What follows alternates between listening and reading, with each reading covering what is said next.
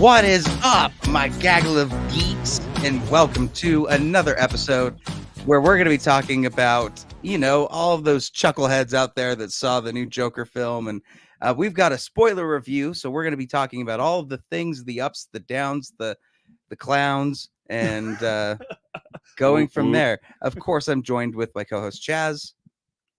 Lord have mercy, I'm about to bust.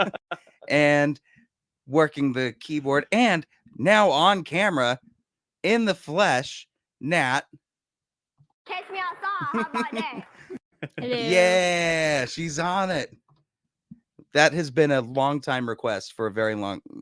Many people. Who is this? Who was this voice? How many people are we talking about here? Enough. Like one? Enough. I have no idea what you even look like as far as the stream goes. I don't know what you even look like. What? like how she would look on the screen and stuff. I don't know how it's amazing. It's kind Angel. of troubling. No. All right. So, did you have a good week? It was a week. Yeah. Did you have a good week? I did. I didn't get to some of the movies that we wanted to talk about. We've still not talked about The Wild Robot. Oh, even though we promised it last episode. I have a story about that. Mm. In my Joker seating, since it was such an empty theater, I heard all the kids outside talking about Wild Robot as it got out. I thought, oh, that's cool. They seem to like it. And that's my story. That's a great story. What a story, Mark. That's the closest that we're going to get to ever talking about the movie.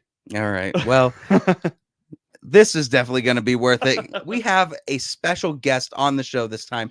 Yes, we are bringing back special guests. This man has been such a fun person to talk movies with. I've been on his podcast. We've done multiple things together. He has a website, podcast. Every movie has a lesson. Please give it up for Don Shannon. Hello, everybody. Hey, thanks for having me, Chaz. Thanks for having me, Patrick. And thanks for having me, Nat. What about Frank, Don? You got Frank, everybody. Oh, well, I mean, Frank's tough energy with Frank, so it's hard to say hi He to. left the room. Yeah. Oh, see, good. Go figure, Did you see that he said my name first and not yours? I did. I don't know. Why did you do that? That's Don? for last, although Nat was last. You were in the middle. Shoot. All right, never mind. Middle child. This is if we were in the got me all. If we were in the minivan with my kids, it'd be like left nut, right nut, who's the penis in between us. So good job being the penis in between us. Yep. Mm-hmm. We just did that in the van today. Like, oh, who's in the middle? Oh, middle seat. Good job, Molly. Yeah. We would do Dancing Queen. There. Back when Dancing Queen was always on the radio. Okay. So whoever had that was the Dancing Queen. Mm-hmm. But yeah, I just feel really bad for. I feel bad for Nat. I mean, I know I did her like at the end there, right nut, left nut, but like she looks like she's like trapped in a closet of your movies, like she she's in my Criterion closet. Ah, see, there it is. She's locked in the basement. Yeah, I'm like look at in that. the closet. I tried to frame it okay. I mean, I'm in a basement dungeon of a bungalow house in Chicago, so I'm right there with you. I gotta ask, what is the movie scene like in Chicago? Because I know that you have to. Do you have to go pretty far for your screenings? I only because I'm one of those guys that lives in the burbs. So I live like 3 blocks from like the city's edge, and so I'm not in a very terribly far suburb. But technically, like most of the scene of people, and we're a pretty I know we're a flyover state, much like Utah is when it comes to the press stuff, but it's still kind of the home of Roger Ebert and the home of Gene Siskel. And, a lot of the Ebert.com crowd is still here. So that's the Brian Tayloricos and the Michael Phillips and the Robert Danielses of the worlds. And like, we got some hitters here, don't get me wrong. But at the same time, every screening is downtown in a picturesque theater, right against the river. Like if you know your Chicago, it's gorgeous to go down to the city and see a movie. But 90% of the time it's, you got to go find parking and, use an app to make that a little cheaper. And it's Tuesday nights or Monday nights or Wednesday nights. And for a suburb guy like me, because I technically count as a suburb, it's that decision point of like, do I come home after work and go to dinner? Or do I just hang out at work late and just go straight to downtown for the movie and beat traffic? So that's more often than not lately, I've been picking stay and go traffic. So no, I feel that absolutely. Yeah. Especially do I do dinner or do I wait? Yeah. At work. We have The other treat we have is like it's not a lot of screenings, but it's a good scene. Is like we have this 95-year-old theater called the Music Box, which is kind of the old school like last place in town that kind of has like a 70mm projector, a 35mm projector. They show old movies and current movies, and that's a treat for most folks who, had I lived more locally, and like there's something to do every weekend night at this place where you can really lose your time there. And then we have our one little like speakeasy, tiny like critics only screening room, which is like the place where Siskel and Ebert used to do their thing, where it's like That'd the be iconic. where it's like the 16th floor of a nondescript building in a tiny little like 40-seat little auditorium, room, and it's not much to it, and it's old and it's outdated, but it's like you feel cool that you have to like go through a building, go through a doorway, and go up 16 floors and get into a movie that no one else will get to see. So there's some cool, little bit. Very cool. That does sound cool. I want to move to Chicago now. He kind of just sold me on it. It's a nice place to be, but we're not talking about your work situation. So nope, not talking about it. Not Why talking would about you it. do that? Okay, no. Where's the savage button? Yeah, oops. Yeah. No. I don't Where's know. the he got me. You know me. I root for your continued success because there's no hadn't found success yet. You've got it. It's just a matter of where you want to take it next. So you do Yep, you, man. that's true. Well, I'm uncomfortable. Dude, he said it best, man. He's the best, and he knows how it makes me uncomfortable, and it's complimentary, and it's too nice. Let's move to the first segment, which is It's Gaggle of Geeks. What are you geeking about?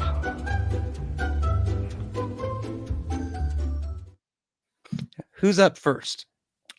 Let's let our guest go first. Oh, John's raising his hand. I can't Yes. school teacher. I'm gonna raise my hand. I'll help you out with your wild robot stuff. I'm geeking out about that this week. So I'm a fifth grade school teacher by day when I'm not a film critic. So I have a room full of kids. Like I have 17 fifth graders. Hey, fifth graders, if you're watching this, don't mind my language, and whatever happens after this I'm sorry. But in the meantime, no. I have a class of kids that have all read the book. They're all stoked. So to get to see it, and I have two kids of my own who've seen, read the book too. So to hear all of them come out of the movie, much like you did, Chaz, that they are not a soul I've talked to, adult, kid, or otherwise, has disliked the movie. It's been a big hit and honors the book. I've seen it for the press screening. I've seen it to take my own kids to. I hope it finds every success it can. I'm geeking out about it. It's been fun. I love seeing more people find it. I love seeing more people spread the word about it. I'm in a setting where it's the target demographic. So there's people who are amped to see it, and I'm happy to join them. Very good. I had no idea it was based off a book. Really? Yeah, nice little book. A book with like 2 sequels. My kids say the sequels aren't that good. So if they stop at one, they stop at one. It's all right. Well, that's I think I need to have a double feature night, and this is what I was gonna do yesterday, but All right. Just different stuff happened. I want to go Megalopolis first, get that out of the way, and then pick up with Wild Robot and come out happy. Yeah, that would help. That's fair. Although I think that's the backbench better issues, way though. to do it. Yeah. Okay. And I still want to watch the other one, that was The Substance. Ooh, I haven't seen that yet. I missed that night at press. would recommend it. I believe you. Mm. So I've been geeking about, and this is a tough thing to say, I've been geeking about it per se, but the Menendez brothers Netflix series that came out, Okay. the Ryan Murphy one. So same guy that did Dahmer, except this is about the Menendez brothers who killed their parents. They're currently in prison, and it's like a 8-part or 10-part docuseries that basically is doing what they did with Dahmer, but covering their trial and stuff. It's very interesting. I think Ryan Murphy has become like a genre of his own, and some of the stuff he does, I feel, is a little bit too exaggerated. Yeah. Sure. But still, it's a quick watch. You can get through it pretty easily. Yeah. Murphy's the kind of guy that provokes a response. Like, I mean, it works, whether it works to do what it needs to do to get an audience, whether it works itself or not. Right. And I don't know if he's been batting 1,000 lately, because a lot of people had stuff to say about Dahmer. Yeah, there's controversy with this new one too, right? Oh yeah, just as much. Yeah. I assume creative liberty is like crazy. So yeah. Apparently Kim Kardashian said like free the Menendez brothers, like she Oh posted dear. something. Here we go. Yeah. Did she spell free right? Oh no. PHREE. Yeah. It's like phone, right? I can only imagine. Oh man. But yeah, what have you been geeking about, Chaz? Nothing movie related this week. Mostly an app that tracks space weather for like solar flares and all that stuff. Was this because of the Aurora Borealis this Rolls weekend right that off was the tongue. supposed to hit? No. Did I get that right? No, you did not. Sure. Aurora Borealis. Yeah, that's the one. Drink another. Yeah. It's not in relation to that specifically, but like because I deleted Twitter, so I don't have any of my space updates anymore. But apparently there was a huge flare that hit on Thursday. Okay. Mm. And I'm like, I want be notified. So I found an app that provides live updates and stuff. What's it Where- called? It is called Space Weather Live. Space. Now, Chaz, Weather why Lab. did you delete your Twitter just to catch Don up on this? Space Weather Live. Yeah. Yeah. What's that? Why did you delete your Twitter? I mean, I can't blame. I you mean, for your doing ex. What? Well, I just get tired of it. You know, the porn bots get to you. You know, too many messages from that lady overseas who really needs to talk to you and is your friend. No. Okay. Yeah, and it makes me cry alone in bed. no, he's Yeah. going after Snyder bots and directors Oh, of major motion ooh. pictures. Yeah, that's Yeah. true. Well, if Yeah. you do that. Mhm. In fact, we never mentioned this yet last week, but we were going to do a sequence of showing what Chaz on these threads are like. In this case, it was threads, right, Nat? Yeah. So Oh my. Yeah, kick it to the screenshot. and you know, maybe that needs to be the punishment for whoever wins Jay's hot takes. Is like that's yours. We just blast your tweets. We just Mhm. blast your tweets. Well, I mean, they're moratorium tweets at this point if you're closed. So what's the harm there? You know. well, it's Mhm. funny too because last week Nat brought it up, and I'm like, of all the platforms to see stuff on, it's threads I don't post on ever, and Of there's all like the one platforms bot I for you to have retweeted. a fight on, I know. and how it escalates. You know, we're not going to get into it because I don't want to show put you on blast. We best not cover this, but it existed. And it had to do with Lord of the Rings, throwing it out there. Oh, that's a tough cesspool in there. That's a More hornet's nest specifically, to kick, Rings my of friend. Power. Lord of the Rings is the Rings of Power. No, it's not. Let's- And we have writers. I mean, I'm not trying to get in the fall preview, but we got writers of Rohirrim, right? Like, it's expanding. right? No, it's true. Hmm. They had a booth over at our comic convention this last couple weeks ago. Yeah, you had a Yeah. nice time at that, by the way. Great pictures, Yeah, great oh, yeah. shots, great people. Nice work, dude. It was very fun to hang out with Gimli. Like that's a Oh, come on. cool. That's Yeah. cool. Put that in the core memory vault. Did you Mhm. ask if he got a tattoo with everyone else? No, that's Mark Ruffalo in Avengers. Yeah. No, See, but with a man Orlando- that age, yeah, with a man that age, I picture like the Henry Winkler scene in the Waterboy, like what Mama don't know, and then he just drops a trowel and there's the tattoo, like he shows Patrick in the middle of a con, you know. He absolutely would do that. He might, yeah. He wouldn't even go behind the curtain. He'd walk out No, in front of the It's booth. right here. Down Because it I goes. thought- Yeah. I It's thought an axe. Frodo and all them all got tattoos. With, Mm. like the ring, Maybe they did. language. Maybe they did. That might be a Hobbit thing, though, right? Like It I seems don't like want a to make it a major racial franchise thing between dwarves and hobbits, but yeah. Ah, could be. because I know Ruffalo didn't do the Avengers tattoo that all of them have. Yeah, It's because the he Avengers seems very sucked. purist. All right. Interesting. Well, with that said, we've gone Yeah. out of the geeking about. Are you it's sure time to- there's not a matching tattoo in your couch right there between you two? Come on. We could have a matching tattoo. I wouldn't be opposed to a little goose, A goose? a little duck. On That your would be right good. butt cheek. Why the right one? To I connect. mean, well, Okay, left, Left one. for you. No, left for you because you're my left. we're gonna make it I'm a on the right. political one here, No, left this and is right. your no? left. You said yeah, but you're on my. Are we left. doing the This left is nut, your right nut left. thing? So this Yeah. is my right. right? We're facing the same way. Right. Yeah, Oh my God. sure. I Nat, like your brain you gotta make a trust ruling you here. two. Yeah. Let's move into the news, eh? The News Day with Chaza. Alrighty. I guess I should ask our guest too, sir. Mhm. Have you seen the what's that movie called? That Magazine Dreams movie. I have not. I know I it have. premiered. Yeah, I was gonna say you were at Sundance a year ago, so you've seen it. I saw him at It's- yeah. Sundance. I was gonna say this is all before the firestorm of post March. snubbed That was like everybody. Creed 3, right? Yep, Yeah. he snubbed everybody in line except for one dude at the beginning. But his publicist wanted to deck that dude. Mm, Which Yeah. probably not the right move, especially with Jonathan Majors. Yeah, Mike, I've seen Not- print here. not as Mhm. that turned out. Yeah. Yeah. Tell us more though, Chaz. Okay, well, the magazine Dreams has finally found a distributor after Searchlight Pictures dropped out of it after all Okay. that Yeah. allegations. So my question to you guys: Yeah.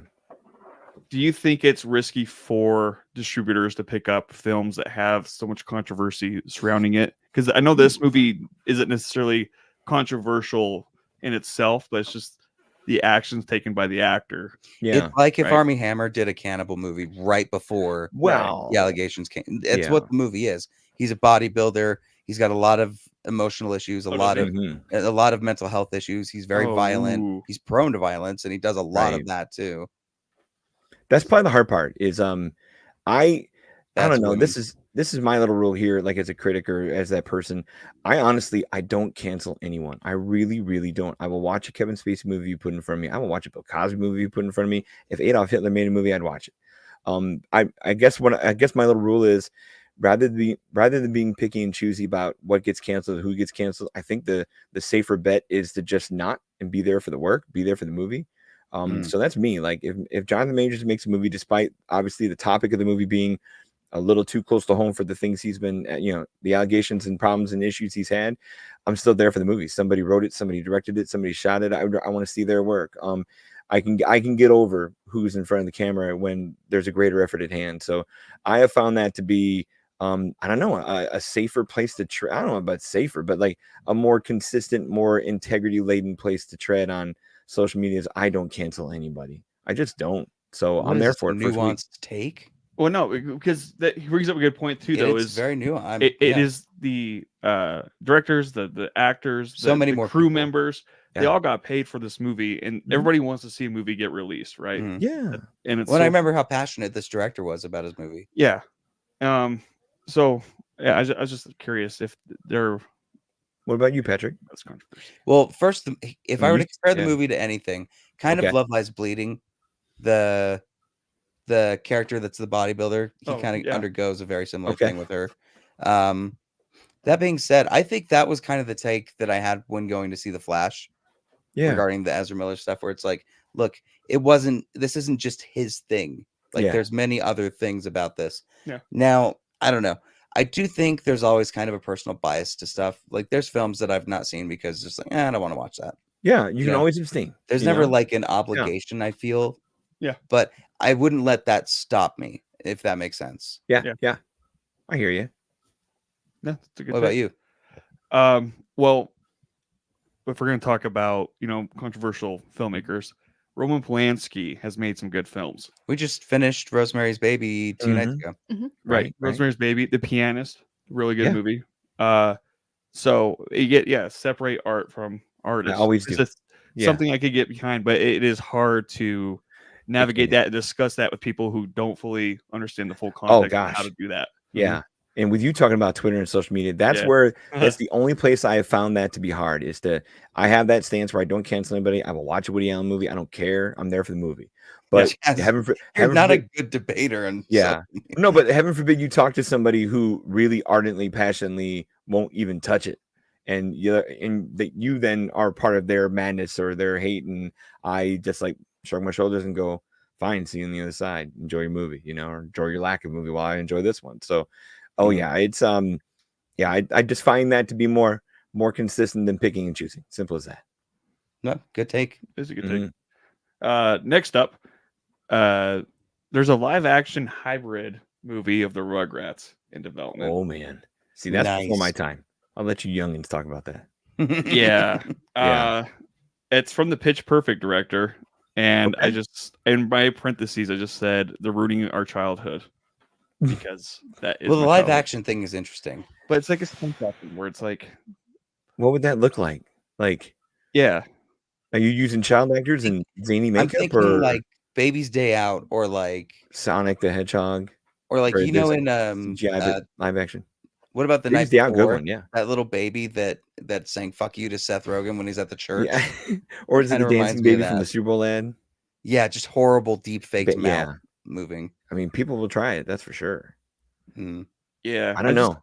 I guess I just asked because like Rugrats hasn't even been a thing for years. Exactly. Like, who's this for, right? Yeah. Yeah. What if it's who's like the an audience? adult Tommy and he's like, I used to be Tommy Pickles. Right.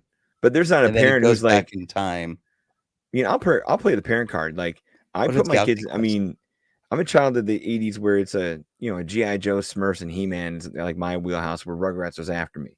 Yeah. But I mean, I'll put my kids in front of like older than that. Like I put my 10 and 11-year-old in front of like Tom and Jerry and Three Stooges. Like that's the old school stuff we're doing.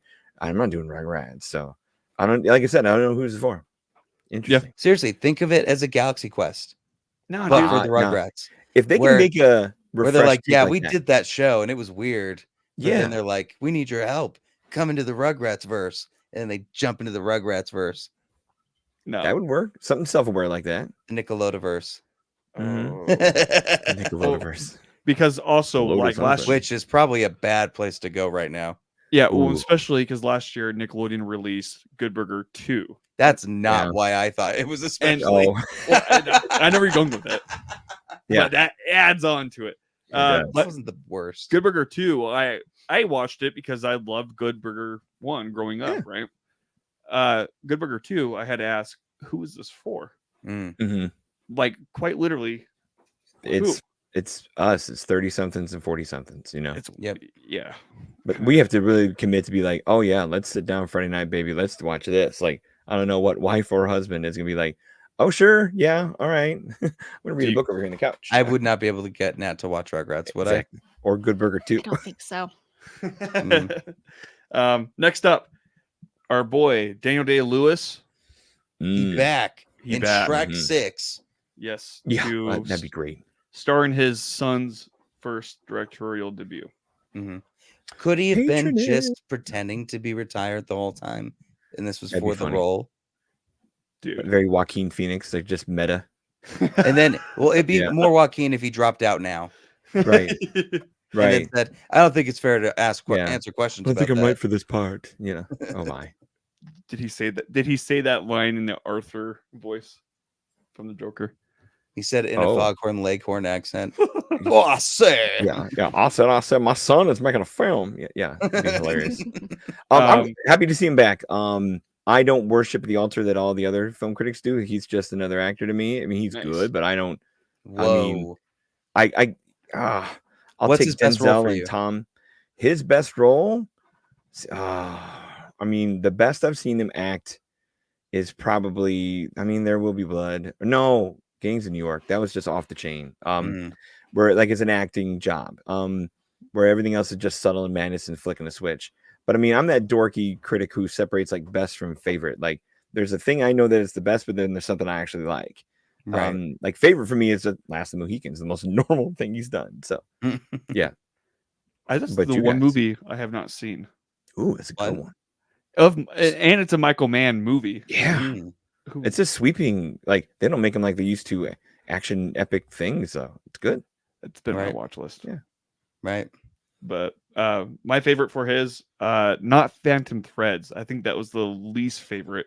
Mm. And weird way movie, to but- retire. Yeah. Mm. I kind of knew he'd be back. Like I never thought he'd stay away. I don't know about y'all. He's the Jim Carrey of drama films. And Yeah. Jim Carrey's the Jim Carrey of Sonic films. Oh, see. Oh. He's gonna come out for everyone. Mm-hmm. He's like, just when I think I'm out. Next up, sir, just so you know, there's some beef, and why am I including this in the segment? Okay. Oh. Uh-oh. Okay. We'll just say that Jason Gunn, or not Jason Gunn, wow, Already. James All right. Gunn has confirmed a dynamic dual Robin movie with Dick Grayson and Jason Todd, Okay. and it's supposed to be like a mix of Great animation, idea. puppetry, and CGI. And it comes from Matt Reeves. You had me at Matt Reeves. Boom. I would think the same thing, but then I read all that stuff, and I'm like, You're that about to know why sounds- he's not on Twitter anymore. Oh, here it No. comes. Nope. Yeah, well, you kind of opened the door, Chaz, Yeah. Now I by gotta giving know, like, a premise that we have beef. what's so Matt bad about Reeves. Matt Reeves here? It's not Matt Reeves. It's James Oh, it's Gunn. James Gunn. Well, I like a steward who's actually stewarding things, and I like that James Gunn will fight on Twitter and be like, "No, that's bullshit. And that's a rumor. Knock it Oh, off right there, no. unless you hear it from me." You know. I I think admire Chaz the likes guy. that too. I Ask like- Chaz more about that. Well, how many times have we seen the hyperbole and the stuff just swirl and no one answers it, and then we're all scratching our heads and yeah, He's not truthful about his VFX, I think. That's yeah. Well. Well, yeah. Yeah. Anyway, I think it's cool though. I am open to it for Matt Reeves and Yeah. that Wait. only. But if it was not, Well, and that, it's two Robins that are very Yeah. different. yes. Like Oh, Jason yeah. Todd and Dick Grayson are very different characters. Mhm. They both have very different relationships to Batman, Mhm. and mhm. and depending on where they are setting this, if this Yeah. is post Red Hood, if this is Ooh. or if they're Death going to of be the doing family. maybe before all of that Yeah. happens and they're both together. Who knows? Mhm. I need to interrupt you real quickly Oh because dear. Jay just yelled into the chat. He said, "Answer the question, Chaz." Ooh. Oh, for Uh-oh. what? Yeah. Which question? What'd you do, Chaz? Which question? Okay. Here's the context. I got James Gunn. Suicide Ah. Squad, when it came out, he was boasting about how practical all the effects were. And then I was being tongue in cheek. I didn't even like at him or anything, right? Like, I don't want to start beef with people like head on, right? I said, well, that's a lot of practical effects for a huge CGI starfish at the end. And one of Yeah. my Twitter friends ghost tweeted him, like ghost tagged him specifically saying, well, let's ask at James Gunn what his thoughts are on this. I was like, dude, whatever. Someone put Chaz on blast. Yeah. And then James Gunn actually responded, and I immediately cowered because I was like, oh God. But I still disagree with everything that he was saying, even though he is probably right because he is the one behind the camera Did you block him? for a while. But out of just because I was Wow. embarrassed. Took the breakup hard, huh? Set a different cafeteria table, huh? Okay. But- He Not takes writing breakups. notes Hard. anymore. Ask him what he thinks about Sean Levy. Oh God. dear, here we go. That's his next. See, I Okay. think Sean Levy is what broke him and made him quit Twitter. Yeah. And Which as- Sean Levy movie? Adam Project or Nope, Deadpool and Wolverine. okay. What don't you? All right, I'll bite. What don't you like about Deadpool and Wolverine, Chaz? Oh, you got single cameraed. Fucking Oh no! Here you go. Get it, Nat. Dude, it's just it's soulless. That's all it is. There's nothing to it, and he's even been on record saying, "I'm happy to make whatever movie the studio wants," which is fine. He's make getting that paid money. for it. Yeah. Whatever. That being said, it took 6 writers to write that. Cocktail napkins movie. for sure. Yeah. Yeah. Do you have any more news? Yeah. One more. One more news. Yeah. Trying to start beef. I'm excited for that. By the way, just to close it out, I'm excited for that show. I'm open to it. It's Same. better than what they're doing now with the DC animated universe. The Yeah, last yeah. few have been awful. They're drifting. They used to be the creme de la creme of what they do with DC because the live action was so bad, but the Yeah. cartoons were always a saving grace, like for comic fans especially. So Yep. So, and I will. Hopefully they'll get back on track with this. Yeah, Mhm. and I'll be on record too saying I'm not the biggest comic book fan. So like, it's all right. I do come at this with a bias. You're allowed to be here. Patrick, I saw cut his ponytail this weekend of the comic book salesman from The Simpsons look he normally has in his guise of comic book fandom. So, excuse me. When did guys. that happen? I don't know. Oh, is it still there? was that I with just tucked Joker? it. It's hiding behind the couch. Okay, got it. What? Right. What's Yeah. happening? You seem like every now and then to be the comic book guy from The Simpsons. I'm actually. Yeah. Please tell him how. Yeah. Last but not least, this can possibly lead us into our next segment. Oh. What's his name? Todd Phillips. Todd Phillips is not attached to do a third Joker, in his own words. Okay, Was he? this is a nothing story. And I just want to end Yeah. this saying, "Ha ha, the joke's on us?" Question mark. Oh boy. I'll also believe it when I see it. I mean, he was so adamant about making this first one a single, and then someone took a bag of money and set it in front of him, and so how about 2? And I think he's a like, bag I of have an money idea for a with musical handcuffs. that's not a musical, I even though know. it is a musical. Sounds like Yeah. Joaquin twisted his arm too, because like he couldn't get that character off his head and wanted to come back, or at least that's what is being said by actors. I don't know though. Yeah. Something tells me that's too big bags of money. That sure, Joaquin, clunk, Hey Arthur, I need you to distract Kang. That'll be the next movie Joker shows up in. Oh gosh, wouldn't that be something? Phew. Oh, Hey man. Arthur, I need you to distract Dr. Doom. Yeah. Oh God. Mm. But it's a separate film. Oh man. Yeah. What an awful movie. All right, let's move in. What are we on to now? Should we do a Jay's hot take? Let's just do that now, okay? Video. I think we got the intro still. Yep. Yes. Find it. Where'd it go? Ooh, It's Where there. to It's go? Close. It's close. might be at the bottom. Oh, here it is.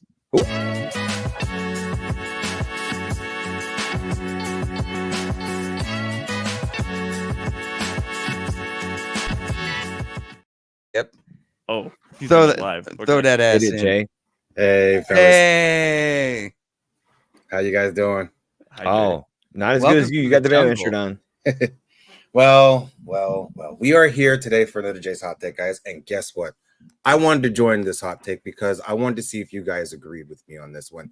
And Nat, you can throw the face cam up because you can be included in this too.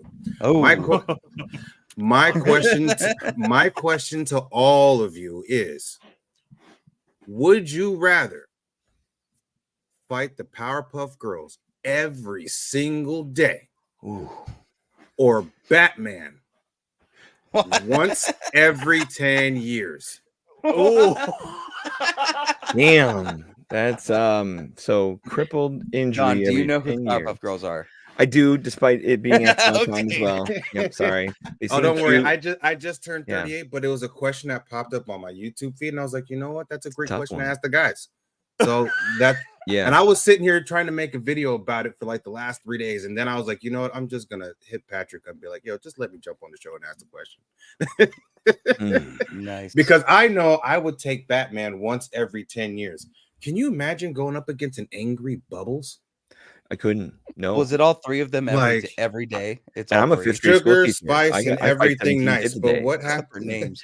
It's sugar, spice, and everything nice. So Yeah. when everything nice goes evil, I mean, No, it's Blossom, Buttercup, and Bubbles. exactly. Sure. Yeah, those are Yeah. the Powerpuff Girls. Apple, names. peaches, pumpkin pie. Got it. Yeah, me What was the personally, thing you I'm said, going. left I'm testicle, going right with testicle? Batman. I'm Left with you. nut, Jay. right nut. Batman. I I'll mean- take a broken leg every 10 years versus daily nuisance. Yep. Exactly. What about you, Patrick, Chaz, and Nat? You guys still have not answered. Well, I'll never fight Batman because I'm a lover of Batman. Oh, So I guess but I'm would gonna he have to love take Batman? on So Powerpuff you Girls. would And I rather feel like it'd be be pretty Mojo easy to do Jojo. that. Now, you And- see, I would just make their dad punish I actually them. see some similarities. Make their dad punishment spoken like a true Yep. grandfather. Oh, man. I was about to say that does not. Oh, yeah, that's not going to work. Yep, I would go straight to the parents and be Just like, tell him no. your kid's in Yeah, line. good luck. Oh, no. Okay. He straight up said, "You tell him no." Yeah, I don't like this. I don't get like that to as a gang school up. teacher. Why don't you get him disciplined on? I'm like, I can't. You're their dad. Mhm. You do it. Send him to school nicer for me, could you? Right? Here's- You made him. Here's the thing. Uh-oh. Batman, one could argue, is he even that strong? Reason being, Whoa. his enemies keep coming back for more. That's the poor justice system of Gotham City, not Batman's left hook. You know? Thank you. Yeah. Yeah.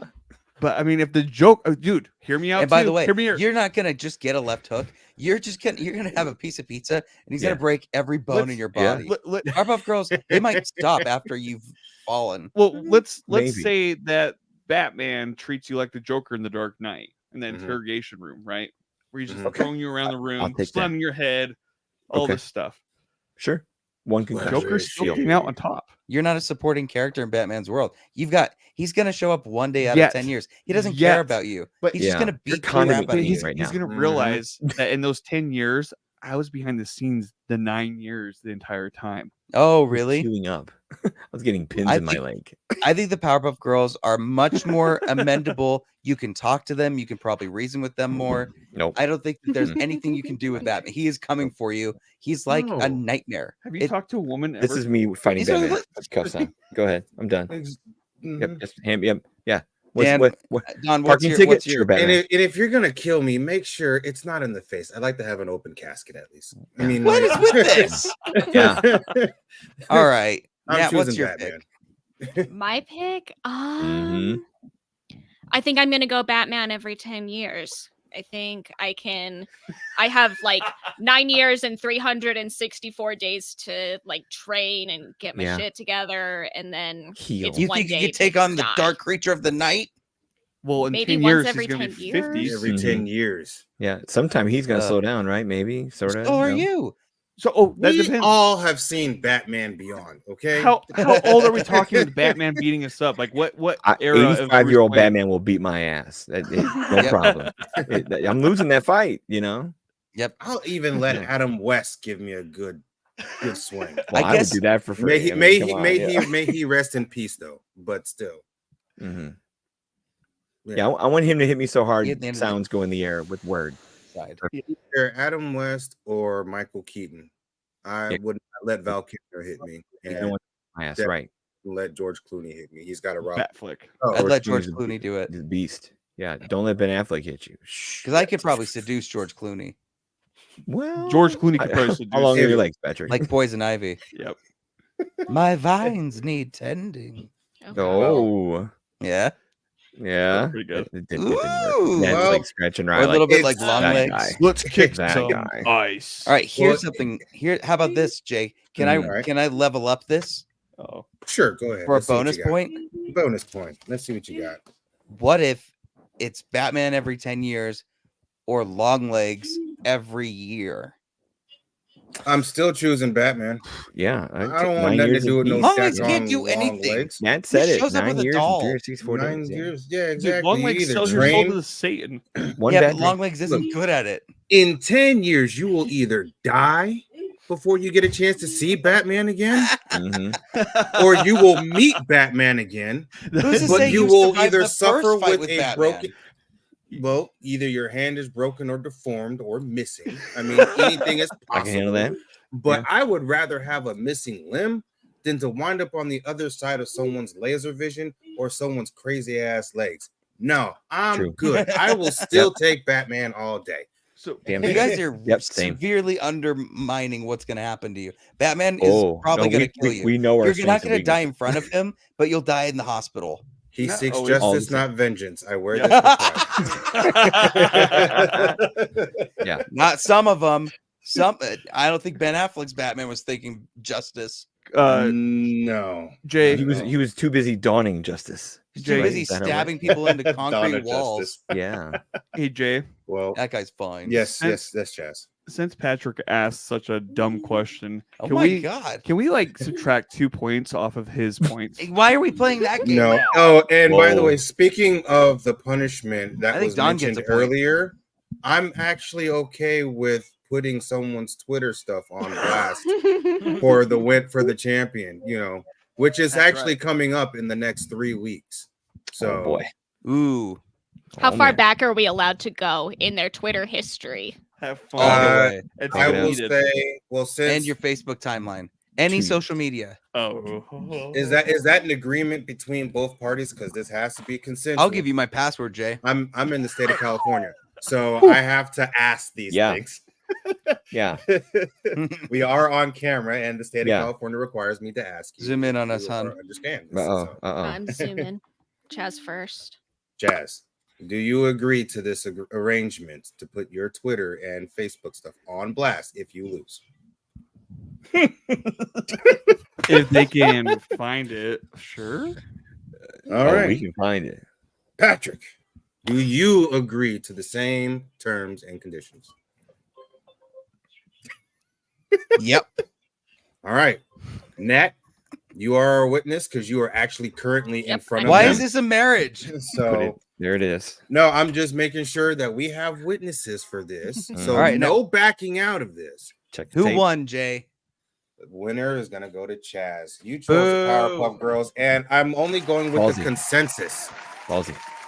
All of us chose Batman. You chose Powerpuff Girls. I don't know why you would. I mean, if 'Cause you're he's a Mojo coward. Jojo, He's then a coward. fine. But Because it's a fictional world, first of all. So I'm going to watch It's a 'cause TV it's show where they're chicks. like, we're going to beat you up. Or am I in the Mhm. Powerpuff Girl world? well, Batman's fictional too, but that takes place in Chicago. But you don't see me going Nah, off the bat. he's from Same. Gotham. He's from Same. Gotham, New Jersey. Yeah. I drive the road every night, going back from the movie. See, Oh you boy. probably passing through the area where the Revington was hit. Hey, Nat, that one's yours. You get to keep that one right there. You're yours. Hey. Lucky me. Speaking of leveling up. Oh man. Well, it was a pleasure being on here with you guys. I'm glad I was able to answer the question, ask questions and stuff. Sir, it's nice to meet you, by the way. Nice to meet you too, Jay. Good hot take. All right, It's a great Jay. hot We'll take. talk to you soon. See you guys later. Farewell, Jay. All right. Take that L, how'd that go? boy. Not as well as I wanted. You got my gases up, and I got burpy. Mm-hmm. Oh, we have a comment. We call it burpee? Okay. I got one. Okay. Stephen McKeown Yeah. says bat OX semicolon hashtag bracket CISP. Hun. Are you a vision exam right now? Hold on, did you read the lowest Hun, line? did you just have a stroke? No, this is what's in front of me. Okay. Let's just not interrupt for those comments. Uh-oh. Maybe those Uh-oh. ones we don't need to read out loud. I think she's at a vision exam, www.creedthoughts.gov. Oh man. All right. Well, delete and block them, please. Let's move on to the next topic, which is fall movies. It's that nice pumpkin spice type of year, man. It is. Do you like pumpkin spice? I have pumpkin spice, what's it called? Mocha in my candle wax burner thingy. Don? No, zero pumpkin spice in my house. We're more of an apple cider family over here. So. Okay, I was going to ask, what is your Midwestern family here. weapon of choice? Apple cider donuts are my weapon of choice in this season. Oh, okay. Mhm. See, I'm always for just straight pine trees, balsam. What are they called? Balls deep. Balsam firs? Yeah. Like anything that has kind of like a nature scent, I'm into, and especially when you get into December when they put out those kind of smells that are like Christmas tree. Yeah. Oh, they're the best. Yep. So, what are those movies like for you? Like, if you were to smell a candle, but for a movie, what is that for you in the fall? Ooh. Don't look at me like that, Chaz. That was a good question. I got there. That was a good question. It took a minute. Okay. For me, I think one of the ones that I always end up watching, it's Nightmare on Elm Street, weirdly enough. Okay. Like, because this season is always horror films. Like, Yeah. number one is my go-to. And that's the number one horror film of all time in my book. Okay. Ever since I would go through a Blockbuster video, the kids, that's a video store where you can go and rent videos. I know, weird. Yeah, kids, gather around. We'll tell A you lot all of about red it. boxes. If you cut to Nat, it kind of looked like that. Less scary because Right. the back, Well lit. yeah, What it are looks we- like Freddy's why are we about to cutting come to out me? from behind because of the To bookshelf. demonstrate shelves of Oh. poorly lit movies. Very cool. But yeah, Mhm. that's one of mine. So let's do a rotation. Let's go to you, Don. What's one of yours? For fall movies, like all timers and stuff like that. I admit I'm a pussy. I'm not a horror guy, so I don't go that well too much. I know people do the Scare October stuff and all that. But I am a bit of a Midwestern meatball where this is the season for me for football movies. I'll watch Rudy, I'll watch Varsity Blues, I'll watch Remember the Titans. I'll head down that rabbit hole of fall stuff where football's back and the fandom and the fun of movies that can come with it. So I'll Remember curveball the and say Titans would be a football great movies. fall movie. Yeah. Yeah, I didn't even think about sports. Mm-hmm. Hoosiers.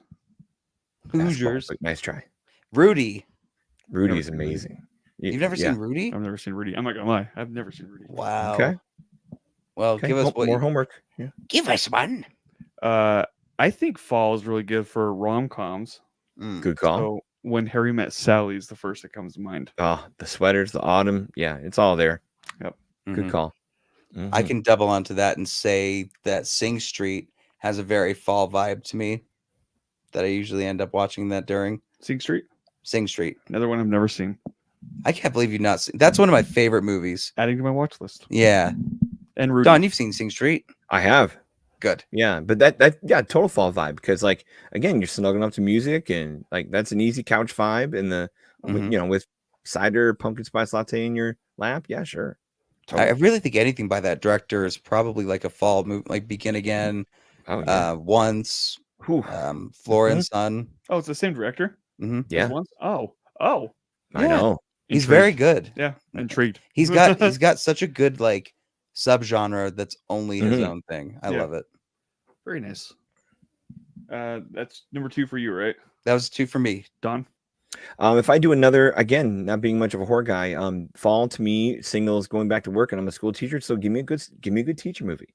Give me Mr. Holland's Opus. Give me Finding Forrester. Give me some of those, mentor mentee relationships where that says fall to me. So some of those back to school movies, even Ferris Bueller. I know that's more of a end of school year, spring and summer kind of thing, but just walking around a college campus. Give me The Social Network, stuff like that. So yeah, That's me a actually a school vibe. really interesting perspective. Mhm. I never thought that. But yeah, being a teacher, you would be seeing fall right away.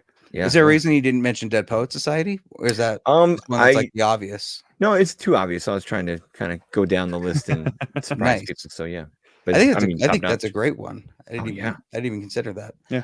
I like murder and mystery thriller movies. Mm, One of the recent ones though that comes to mind is probably Knives Out, nice. There you go. because of all the specifically the costume design in that is very fallsy. Oh, Yeah, very. definitely. So And the vibe, like the house, everything around it. I think it is literally in fall. Like nobody's in spring. I feel like nobody's really cozying up in comfort. Yeah. They're more like starting to shed layers. I feel like it's very similar in clothing, but different at the same time. Yeah. Mhm. This one has a cozy feeling. Yeah. Through the whole thing. Plus Jamie Lee Curtis. Yep. She's hilarious in it. Right. Ana de Armas, who should probably be getting a lot more. Are you going to watch the ballerina movie? is it John Wick related? Yeah. Yeah. There you go. Oh man. Okay. So number 3, I might have more Yeah. because I was thinking about this. There's as far as Halloween goes in Utah, I think we have traditions that we're always watching Hocus Pocus. We're always watching Halloween Town, Mhm. any Disney Channel original movie, Under Wraps, all Phantom of the Megaplex. Love that one. But to me, one that I think stands out as a good fall film based on just just how it looks on the cover of the thing. And it's not necessarily my favorite, but it's one of the best films that I feel has a fall vibe is Good Will Hunting. There you Ooh, go. Yeah. Yeah. Speaking Same kind of of, thing. That school setting and Mhm. jackets in Boston and not snowing yet, but yeah, it's there for sure. Good pick. Mhm. I can respect that. Yeah. Yeah. All right. You need What's one your number more? 3, Don? I guess I went in the wrong order where it's more number 1 for me than number 3, but a movie that takes place on Halloween but isn't about Halloween is E.T. The Halloween scene in E.T., all that is, a fall day, the cold night, get out into the woods where, yeah, E.T. is my favorite October fall movie. Nice. I can see that. I love, Mhm.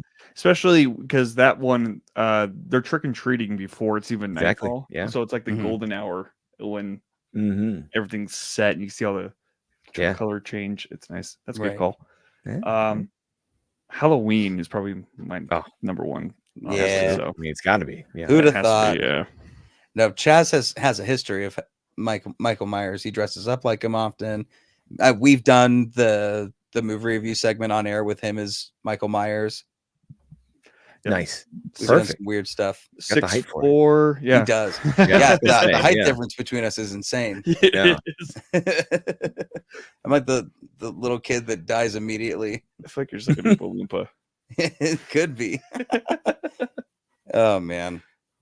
I'm trying to think if there's any more that there wasn't anything else on my list, but more just like the vibe. I like Right. seasonal films that have that to it. Not necessarily Christmas, not necessarily Halloween, but the setting works. Have Yeah. do you guys ever watch Hallmark movies? Not as a serious say I do. critic or anything like that. But No, like just no, but I know what you having- mean. I saved that for Rachel over at Hallmarkies. Yeah. I don't. I know they're there. My wife digs into them, but I stay away and go watch something else. Aesthetically, they are very pleasing to look at yeah. because it is very much cozy. Mhm. Very true. Very true.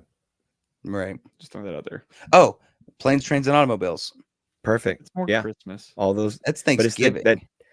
all that journey through the holidays to get there with Thanksgiving. It counts as fall. Do you just thumbs down it? Ooh. No. You just thumbs down Planes, Trains, and Automobiles? Why? Oh I man. did not. Where I did did that not. come I did from? not. I did not. Oh my How do you get a goodness! What job did John here, Hughes do to you? Face? Shit, dude. I did not. Maybe if Steve Martin was a better actor. No, I'm just kidding. I am kidding. Whoa! Oh Nat's boy. coming Here for you. comes. Yeah. Listen to me, Chaz. Oh, You do not besmirch Steve Martin in front of me. you don't respect Steve Martin. Oh. You don't respect women, and you don't respect Steve Martin. Oh, There it is. man. That needs to be the sound effect. Digging that hole, Chaz. Every week, one of us does not respect women, and he's been on a winning streak with that. Congrats on that extra point. Yeah. Well, no, Colin. Oh man. That was funny. Well, what have you guys seen so far this fall, and what are you looking forward to? Leave a comment down below, and let's get into the meat of this. By the way, I loved making our thumbnail this week. You were telling me that. You were perfect as Gaga. Can we throw up the overlay of that? Maybe. It should be on an overlay there. Oh, you gotta hide us on Oh. camera though. If you Was press it it, there? you can Oh, press it, and it's- you leave. How do I get rid of you guys? Wow. no, you- Easier said than done, young lady. Yeah. Scroll up. It's uploaded on Yeah. another. You probably put us back in the studio of the room. Oh, there it is. Yeah. Okay, sorry. Yeah.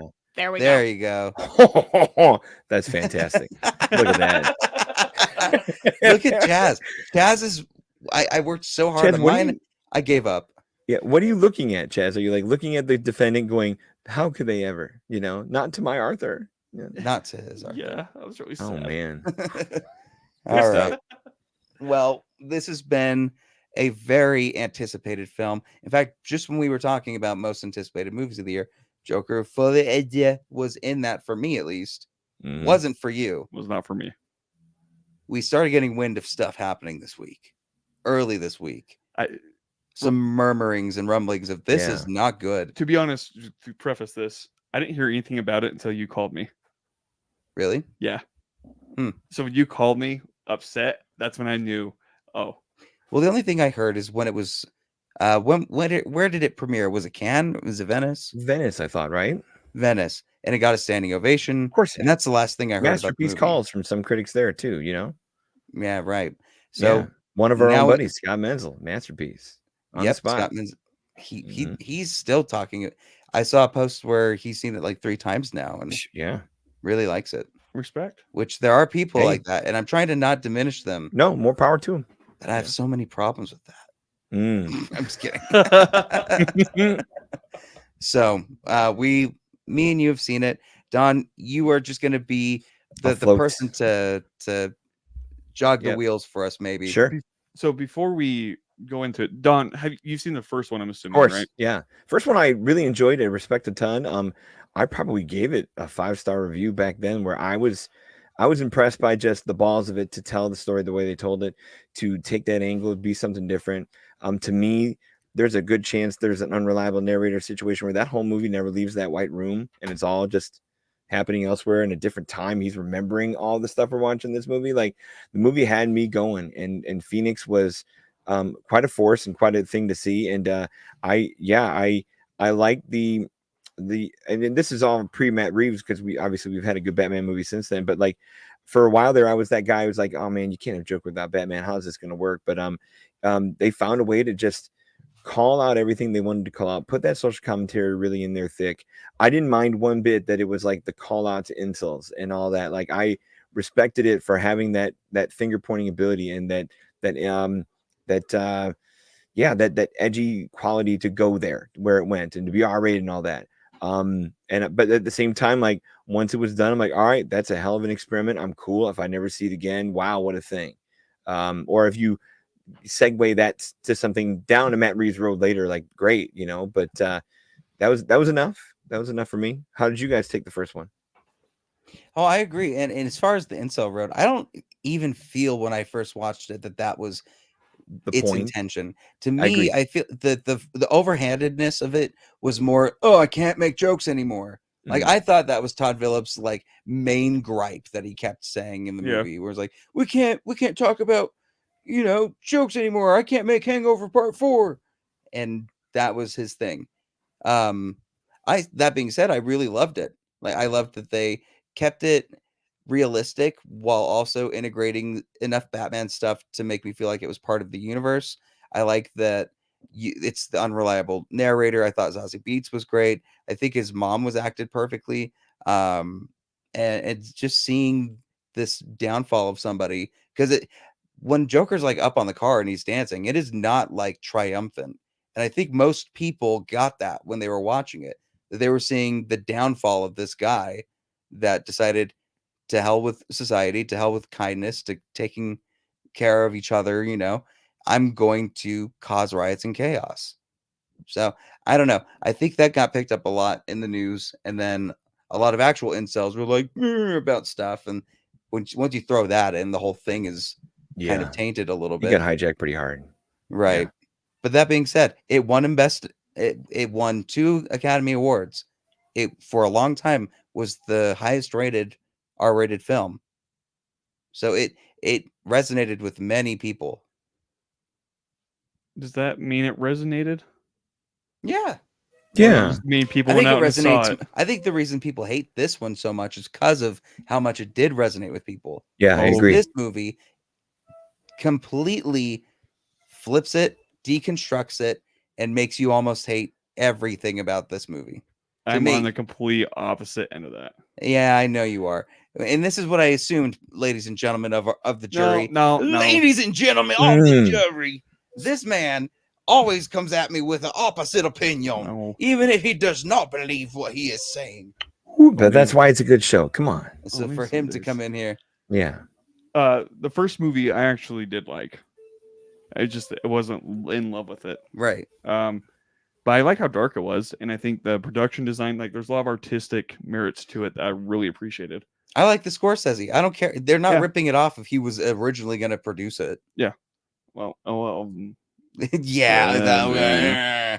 Yeah. We're here to talk about the sequel, buddy. I know. So that being said, though, I just wanted to get the bottom of the Don. Like, what would your expectations be for the second one, having seen the first one? That's a dangerous word. I admit I'm gonna put that critic hat on again. Where I'm not a trailer watcher. I'll read a blurb or two about a movie before I go see something, but I do my best to really tame down and avoid that big E word of expectations. Once I heard it was Lady Gaga, and I mean, obviously it's inescapable to get some vibe out of it and some, the buzz out of it. Once I heard it was Lady Gaga in a musical, I'm like, all right, that'll do it. Like if you want to go something in that direction and you bring that kind of power and voice to it, if you really go a musical direction and hit it that hard, yeah, bring Lady Gaga. I mean, shit, A Star is Born and what she can do on film, because she's a captivating presence. There's no way Joaquin Phoenix wasn't going to be a captivating presence.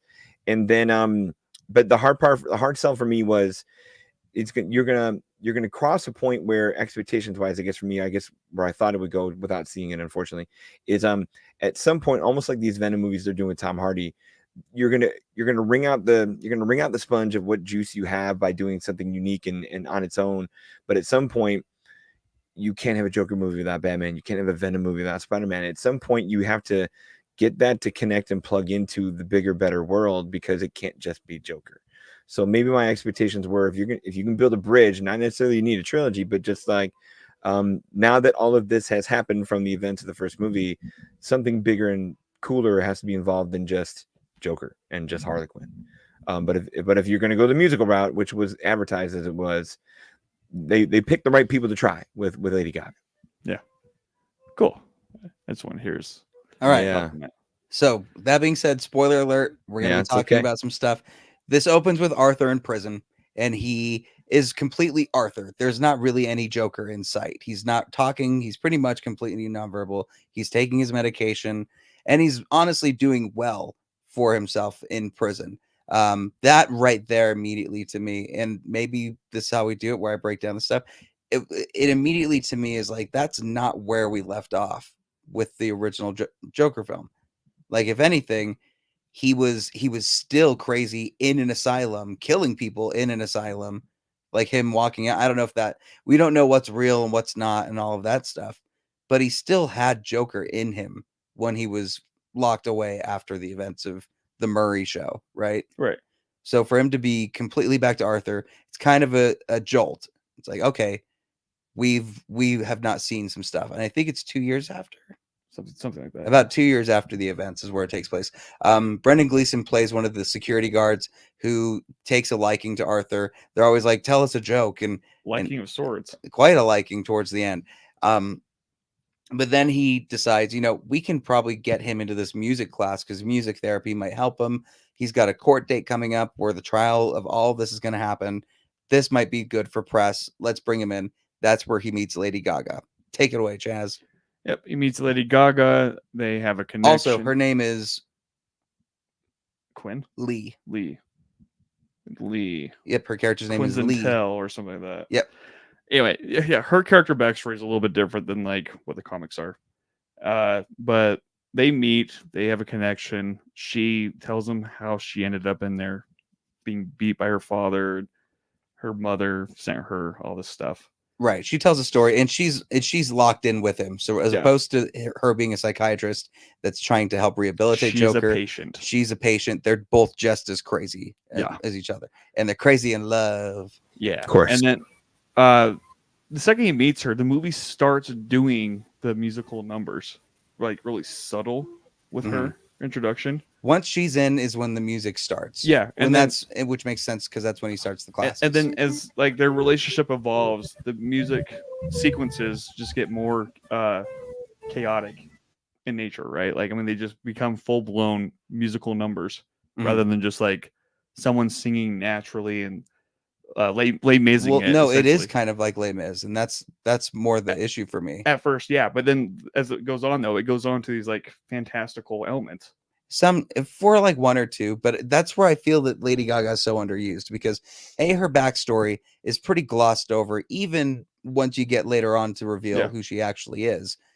And we don't see any of that. They don't show us any side of her, what she's actually doing. We know in trailers that there's tons of footage that aren't in the final scene.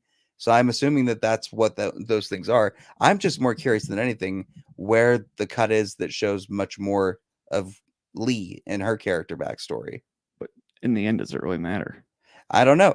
Do you think that marketing, Don, can really hurt a film? And do you think you can judge it off of the marketing, even though that's not the director's department? Yeah, no, I think it can, and I think it shouldn't be judged. I think, I mean, we've all remembered good trailers that get the people going, and a lot of people aren't as in tune with it and dorks about it and geeks about it like we are. Where we're hanging on everywhere. We're going to we're going to the Comic Cons. We're following all the news. We're following all the Twitter.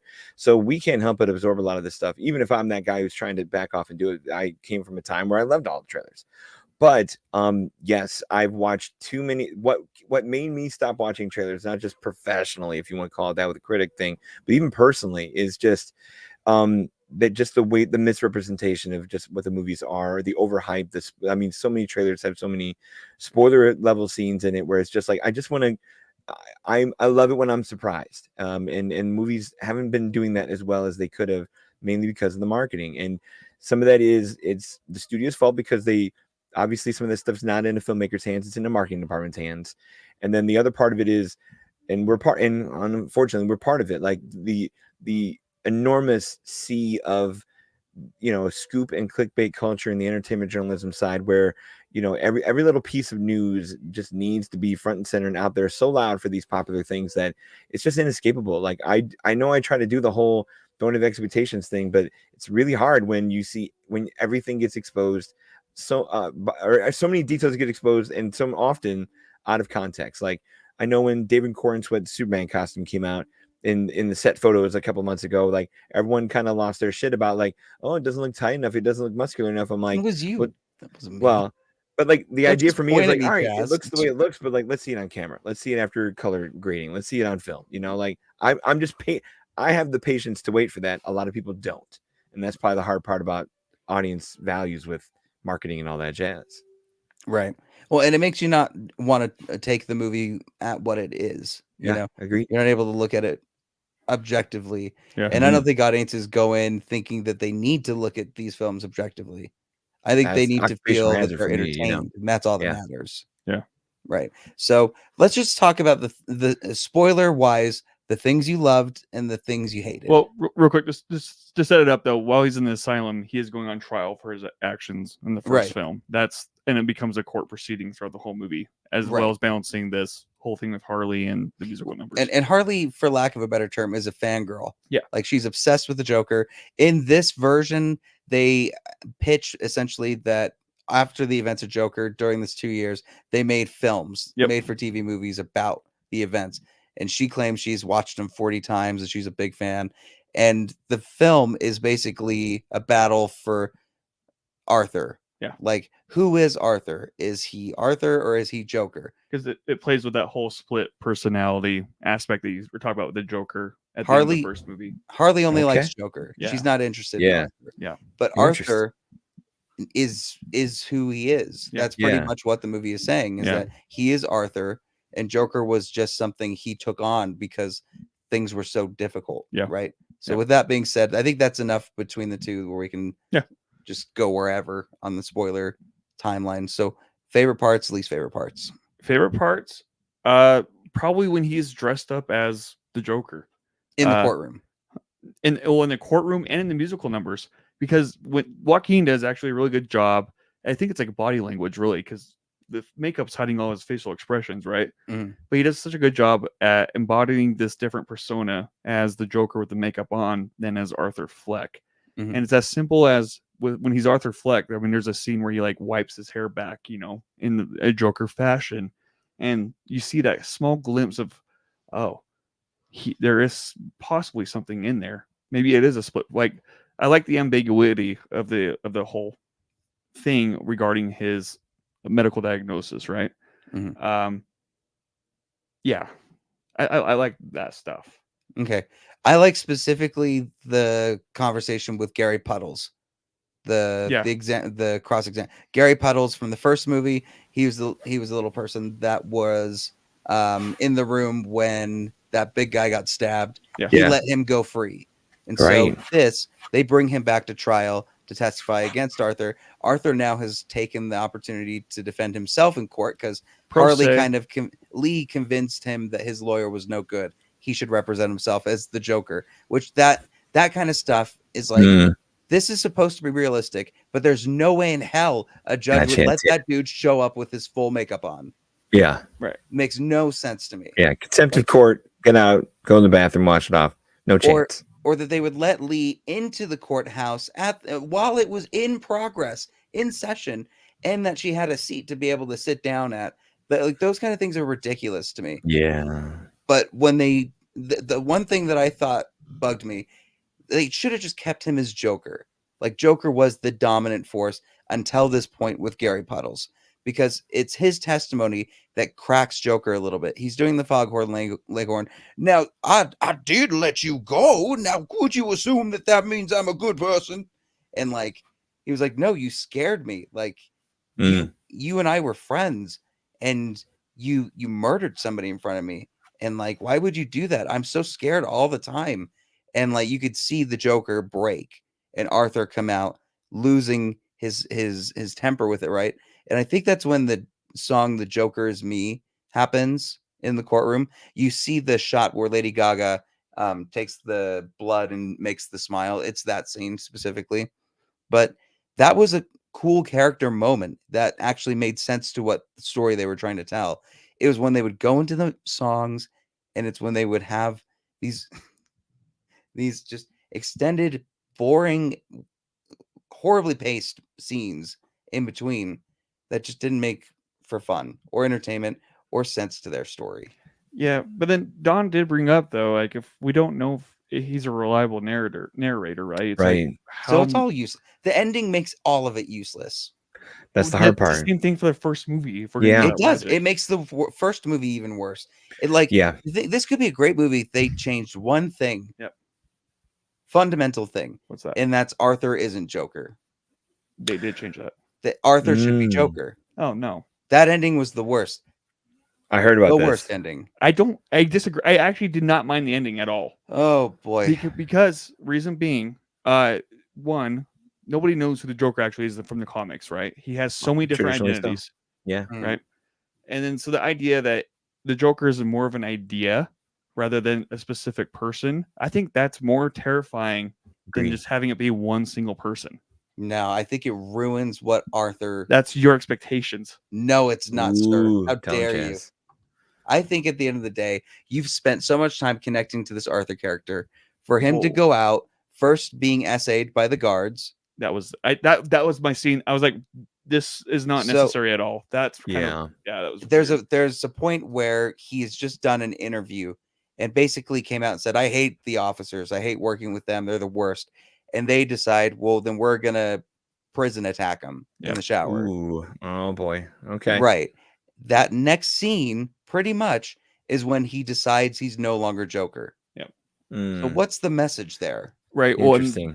and they in this movie too, they go back into great detail about what his childhood was with all the trauma. They all bring the up SA PTSD. happened there. That wasn't in the first movie. No, it's very glossed over and not Interesting. really handled with care. Essentially, Right. It's like that sort of shit is so damaging that you probably shouldn't be applying it to this character that it's already on a mass killing spree. Mhm. You know Yeah. what I mean? Yeah.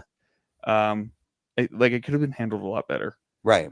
And so for them to go to that and then basically do a pseudo ending that just didn't need to happen because it all rounds out to he's back in prison in the end. Mm, So he says that he's no longer Joker. He doesn't want to be. Harley leaves the courthouse. She doesn't want to be a part with anything anymore. A big explosion hits. Some Joker henchmen take him out. And also, who played Harvey Dent? I looked this up. He is a toddler. He's a Oh, toddler. He's got yeah. a baby face. That's kind of my other gripe with this movie entirely, because the first movie was so self-contained where you didn't have to have all these different DC characters actually in the movie. Why did they never talk about Thomas Wayne either? Well, there's that, but it's also like, why do we have to include Dent? Why do we have to include Harley? Like, why can we not 'Cause just they- make these real people? Right.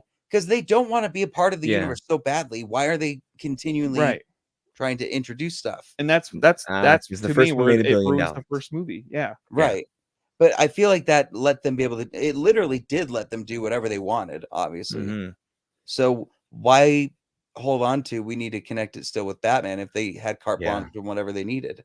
Well, and the hard part is like at the global level, like DC and Warner Brothers continues to paint themselves in like 3 different corners. Like the Mhm. fact that this Arthur Fleck stuff is out here in 2 movies, and over your shoulder you've got Robert Pattinson doing his thing. Yet the James Gunn, whatever the new connected thing is, going to be Brave and the Bold, and somebody else is going to play Batman. Like, just pick one Batman, or don't connect him. Like Batman's kind of better when he's not. It's like Spider-Man and the Avengers. Like Spider-Man's a street level hero. He plays a whole lot more fun and a whole lot more better when he's just doing his Spider-Man thing. He doesn't need to be in space doing the cool things with Tony Stark. Right. And it's beautiful in the movie. Like they made a nice connection with Tony and Spider-Man, but like for the most part, Spider-Man doesn't need to be there. Let him go fight something else on the street. Can we get back to that? And it took, a multiverse movie of 3 Spider-Men to kind of erase his history to put him back there. Now we'll never get that because Tom will either age out or Sony's not going to pull this off. Batman's Till the he's same 90. way. Like, I mean, I know there are great comic book stories in DC where Batman is part of the big thing, whether it's 0 Hour or it's Crisis on Infinite Earths or some huge thing. But Batman is always better when it's just Batman. Mhm. Don't put Superman in here. Don't put anything else. Just let him be Batman. And Robert's got a good thing going where that's just Batman, and that's a good one. I don't want to see David Cornswell show up. I don't want to hear about Wonder Woman and even Amanda Waller. Just do Batman. Sorry. That's what we were talking about last week with the Penguin when you said you wanted side characters introduced. I'm like, but why? Because that's Matt Reeves' Yeah. universe that I want to see built out. Right, but like that the could be Penguin done. right now is Yeah. so self-contained. It's like we Because- don't need to see other because- characters attached to the Batman movie. Well, because there's yeah. some characters in a Batman universe that does not make sense cinematically for a trilogy when Agreed. you've only got a finite amount of minutes Yeah. that you Yeah. can put in a series that you could flesh out. Okay. Much like the Penguin. Right. So, but those characters. Mhm. this So should why not bring in Clayface? Why not bring So in then Mad those Hatter? characters. What I'm saying is those characters should not then be in the Batman movies. Keep Why it. not? Keep it in the Penguin verse. Flesh out the background. No. Or just or less is more. Like flesh it out a little, but not a lot. Like fleshing They- out with they the don't need Penguin to be the backstory focus. is enough. Fleshing Right. it out with 2 crime families in the Batman movie, like when you have the Marconi thing, and then you still have Penguin in the background, and like that was enough. Mhm. The hinted at connection between Nigma and Wayne was enough. Yeah. Catwoman being around is enough. Like anything bigger, you need, and then obviously you've got Barry Keegan's Joker, which is That's what I'm thinking. That's I don't almost know too if much he's going to too, get enough you know? screen time. yeah. But does he I even think that need just screen time? play it slow. Just take your time. Right. And Don, question for you. Yeah. If this Joker that we saw in the Batman movie, not the Joaquin Phoenix one, Yeah. if he never makes an appearance again, are you gonna be disappointed? Robert Pattinson. Yeah. They're making the no. Batman too. But we don't know Yeah. if the Joker's in it. Oh, Right. I think they're trying to build it up to him though. At some That's point what they you're will. thinking. Mhm. But I don't know, dude. They're not I- going to I- Todd Phillips their franchise. That's for Yeah. sure. They like Batman and they want to be in that Yeah. universe. I hope they take their time. And if it never happens, it's okay. This is also me saying that because how many Jokers have we already gotten in our life? Like, I mean, like Joker's been done enough that if I don't get it, I'm okay. There's Yeah. other Batman stories to tell. Tell Court of Owls. Tell something modern and different where it's not the break glass in case of emergency thing that's always been overused is Joker. Yeah. So like if you can tell a great Penguin story, tell a great Riddler story, and if you can leave Joker out of it and let him float around the edges, and someday if you build up high enough that that's your trilogy capper or your quadrilogy capper after you've already done really great work, awesome. Because when you leave a Joker, you blow your biggest wad, so to speak. And Michael Keaton did it. Heath Ledger damn near did it to that movie where I know you've got Bane and the third movie's got enough things going on, but like you're still haunted by the ripple effect of what Joker was without Joker there. And it still kind of hangs over the movie because you don't allow the other characters to kind of be fleshed out and do the thing that Chaz is talking about when the Joker's always around it. And I get it. It's the Joker. Like, why would you leave your biggest bullet out of the gun? But try. That's why try, the TV try. side will work good. Huh? Because then you could maybe focus on a Joker thing. Because all of the other characters got their own stuff on HBO. Right. That's why if it's on HBO, would it be HBO related, just not in the cinematic? Because the issue is you have to watch those shows to understand what's going on in the future installments. That's the biggest drawback I want it for all to be this. the most Batman franchise we've ever had. And that has to include knowing everyone in the background too. That's fair. Or here's the place to do it. Like maybe, and I've said this a lot in other places or even in my own work, like sometimes these comic books that we're hoping for and the dense worlds that are there, unfortunately, whether we like it or not, lend themselves more to television than movies. It's hard to get lore and universe in 2 hours. Yeah. But in 8 episodes and 2 seasons or in long form storytelling, and then repeat appearances. Like every time we do a movie version of a comic book hero, the villain has to die at the end. And you never get part 2. You never get part 3. It's rare that we get things to last, longer than a couple of arcs. Like, that's one thing. I know this is a weird place to tip the hat, but like Aquaman was like the one place where like Black Manta made it 2 movies, and it actually became a bit of a villain arc because you got him for 2 movies. They're not the best movies in the world, but like you didn't do the comic book movie cliche of kill the villain because you need a new villain and a new star next time. So television can do that though. That too. I mean, television can do that. Look. I mean, and the proof of concept of that is, and whether we like it or not twice, but like the cartoons. Look at Batman the animated series. Batman grows, and it's episodic as can be. But you know what? You got multiple Joker episodes. You got multiple Mr. Freeze episodes, and it long form storytelling that plays better than 2-hour extravaganzas overpacked. Yeah. To me, preach. Yeah. It's hard to do though, because I get it though. The money's in movies, and the draw of being able to put, if you can get something out there that can score you $1 billion, I get why a studio is going to sink resources to do it. Yeah. Yeah. With that being said, boy, do they wish they had checked this with an audience before they screened it, right? Joker 2. They didn't even screen it with an audience. No test screenings. It now has the lowest cinema score ever. That's incredible for a comic book movie. I don't know if I agree with that necessarily. I don't think this is if you were to describe it as a sequel to the Joker, I don't know if I even want to call it a sequel, because a sequel at least wants to be a part of the other one. This feels like an answer to the first one. Like the first one's a question and this one's an answer, but it's not like a sequel to continue the story. It's like Matrix Resurrection. It's like he's doubling down on all the nothingness of the first movie. Well, it seems like he's backtracking. Backtracking, but doubling down on his backtrack because he thinks he has a point, even though there's no point. Yeah. I'm glad the universe is over.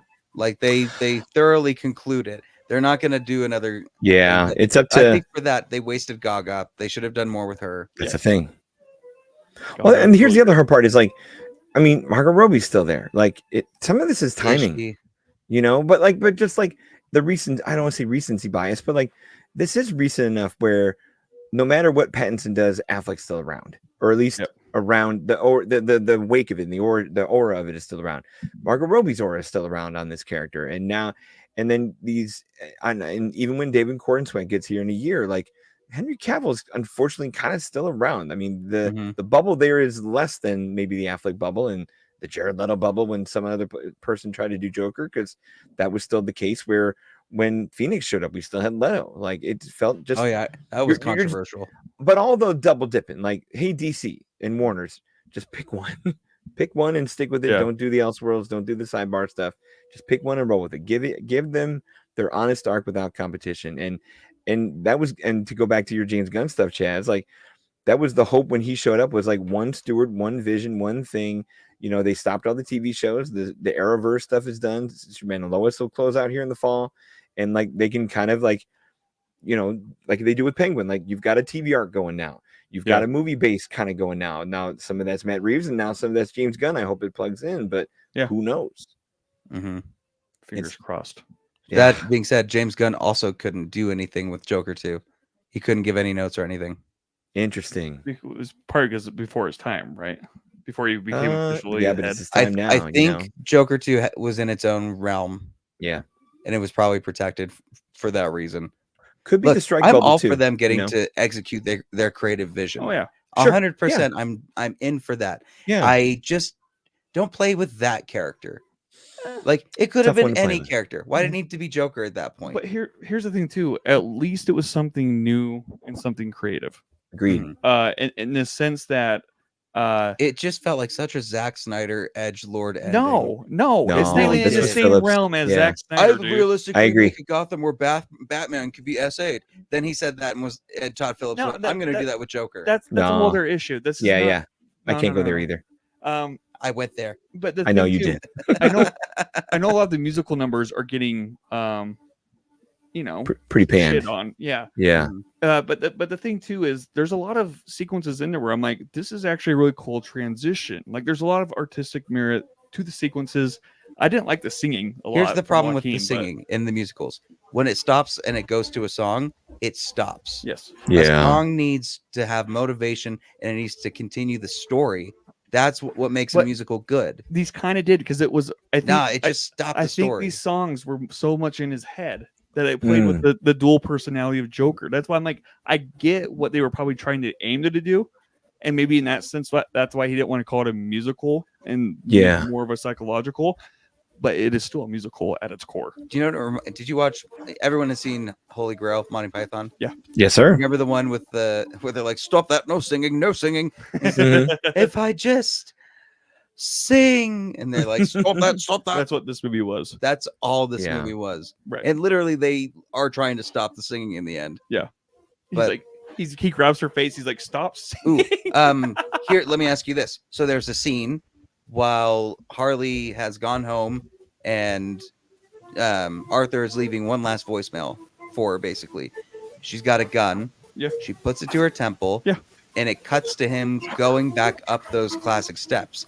Where Harley is already there waiting for him I don't think it was her. to talk to him. Is she there? No. Interesting. It's just him. Huh? It was just him. It was just him. I think so too. I think she kills herself. Yeah. You know what she should Wow. have done though? She should have been that Joker in the end. She should have killed Arthur Interesting. because she was the fan.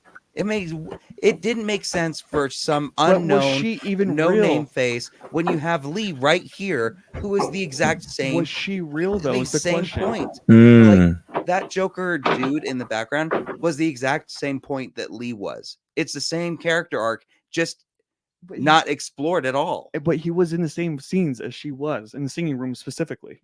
In He was no, introduced- he was that at the was begin- him. There's No. a shot specifically that cuts to him in the same room as them both. Sure, but at the same time, she's already got that character arc. So why not give it to her instead of give it to this no name? Because she's not Yeah. real. There's a possibility she's not real. This goes But I back to think the it's- unreliable narrator. I mean- Yeah. I mean, instead of Lee killing herself, she kills Joker. You get what you effing deserve. Right. And she takes on that fame because that's all she wants is the fame. But if she's not real, how could she do that? You don't think she Mm. was ever real? No, I'm open to the idea of her not even existing at all. Interesting. Nah, I really I'm not am with open that. I don't think because- she was. no, I think because she was definitely She has real. a line where she says, "You didn't believe in this fantasy, so we can't go But anywhere." what about the scene where she confronts the lawyer? outside? Yeah, that's actually nothing to do with him. But he was He there. wasn't in. He was gone by that point. I know, but he was in that room just barely. Dude, it could all be in his But head. then why would it? How Yeah. would he have that in his head Interesting. when he's not in the room? I don't know how that works. Because she was real. I'm trying to tell you. I And think Phillips she was isn't real going to for answer that this scene. question for you. Yeah, Yeah. Todd Phelps is gonna say this is a fight against wokeism or something like that. Yeah. He'll Weird just, hot take that just is weird. Yeah. I got a question for you fellas who've seen the Yeah. movie and like I said, it's been spoiled for me where like I kind of knew where this was going. The guy who kills Arthur at the end, just for Easter egg purposes, what if that was Barry Keoghan? No. Would that be Barry like Keoghan's supposed to have a we condition. did all this to get here? Wouldn't that be awesome? Here's what I think it was. It was a tribute to Heath Ledger, which Probably makes me hate it 'cause even it's the more. fixed cut thing. Oh, he- see he- that I would make me hate it too. Yeah, he does that, Because he and, does the same laugh as Heath Ledger, and he Mm. cuts his mouth like it. and his Uh, hair without the makeup and stuff, like it looks very much like Heath Ledger's did when in that scene in Dark Knight. Yeah. without Right. the Which makeup. either you're connecting this to Nolan's universe, Yeah. which makes no sense because No, Heath Ledger zero would be sense. what 'Cause 60. This is Yeah. this is also just not that Gotham, because they Right. did that was part of Nolan's thing was like he did such a good job of like Maroney crime family, like the history of the Mhm. Waynes, like that was just a different Gotham. You can't Yep. do that. No. Right. Yeah, that's why I'm hoping like I like I said, sight unseen. How cool would that have been if that was Barry Keoghan instead? Because then you can maybe throw that to look how down Gotham is these years later. The Robert Pattinson Nirvana's playing version of Gotham is You just hear kind of what you got here, something in the way. Yeah, there you go. Don't like fish, all Uh, over there. I could maybe get It wouldn't work behind either that. way, but I'm It just should throwing have it out been there. Lee. Like I like it. to me, looking at the story, that is the piece that fits better. I disagree because she didn't have any motivations to begin with. Her Yeah. motivation was him. Fame through him. And what better way to get fame through him than to kill him? But she wasn't doing anything else. She wasn't going out of her way to cause mayhem. She was or to doing get, tons of press. If she was behind She's- if she was behind the bombing, I would 100% agree. If that was all her She master could have plan, been. That Ooh. could have been great. but that wasn't because that scene happened before that scene with the gun, right? So if I she know. had shot That's why I'm herself- saying the story wasn't very good though, because they chose the worst road to take to explain this But stuff. no, because we're when trying to. there was an obvious choice I for think a we're- lot more. Well, I'm also open to the idea though that we're taking it too literal when it is supposed to be a psychological thriller. I don't That's why I'm know. like, it goes back to like what is real, what is not real. It did transition to a lot of weird sequences where I question. I'm like, is he really? What if he is singing in the courtroom? Actually, Mhm. that'd be funny. Like, a Do you funny think she reaction was from someone. pregnant? No. Mm. Yeah, Yeah, she she's announces pregnant. she's pregnant. And then Yeah, she kills I herself. thought I heard that too. Yeah. Yeah, because there's See, time there's to just a blink, lot of you know? random things where it's like, what? Yeah, and that's What's that's happening? probably the hard part is I don't know how many writers are on this movie, but and probably not the six Just we're talking two. about in other movies, just two. Okay, but even still, hey, pick a route, and yeah. Yeah. don't get me wrong, twists and double crosses and things like that are fine, but do you need 7 twists? Just maybe 2. Plot Less is more. twist. Plot twist. What if her real name was Martha and she was pregnant with Bruce Ew. Wayne? Boo, sound effect him right now. Get him out of here. I'm getting out of here. Goodbye. Well, that concludes. At the end of the day, what do Yeah. these films always give us? A discussion. And like our good, amazing special guest Don Shanahan says, every movie has a lesson. It's Yeah. true. Tell everybody where the people can find you, Don. Thank you so much You for betcha. coming on the show. This was great. Yeah. No, my work, I'm the editor-in-chief of Film Obsessive. That's where primarily where my work goes. My personal website is everymoviehasalesson.com. You can search Every Movie Has a Lesson or Don Shanahan on the socials and find me wherever that's going to be. TikTok, Twitter, Threads, or otherwise. I'll probably try to answer Threads now since you can get in fights on Threads now. That sounds great. Other than that, podcast-wise, I'm the co-host of the Cinephile Hits Fit podcast connected to Film Obsessive, and we have a good time on there, and it's just we're churning through little movies here, little movies there, but it's award season, so it's more writing than podcasting for me right now. Yep. Have you started getting your screeners?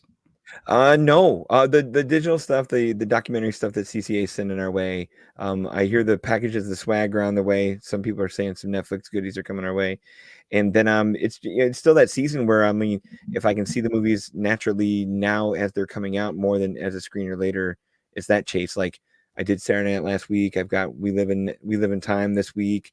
Conclave is this week. There's like stuff's coming. Yep. It's gonna get busy here. So. The like Interstellar, I see the wave, and it is mountainous. Yeah. Well, Don, thank you again so much. Make sure everybody goes and checks him out. Watch Gaggle of Geeks. Check us out on podcasts. Chaz on, I don't know what social media he's on. Letterboxd. anymore. Just say Letterboxd. And maybe if you just scream out some very offensive thing about a film he likes, he'll just show up like Beetlejuice. Yes. Thank you, Nat, for being on camera, for giving us all of the great sound effects and things that you do. Thank you to Jay for Jay's hot takes. Frank is always sleeping on the ground, not doing anything. That's it for this. We don't know if this outro is going to go now or later, but let's just end this with Flug on, my geeks. And Flug on.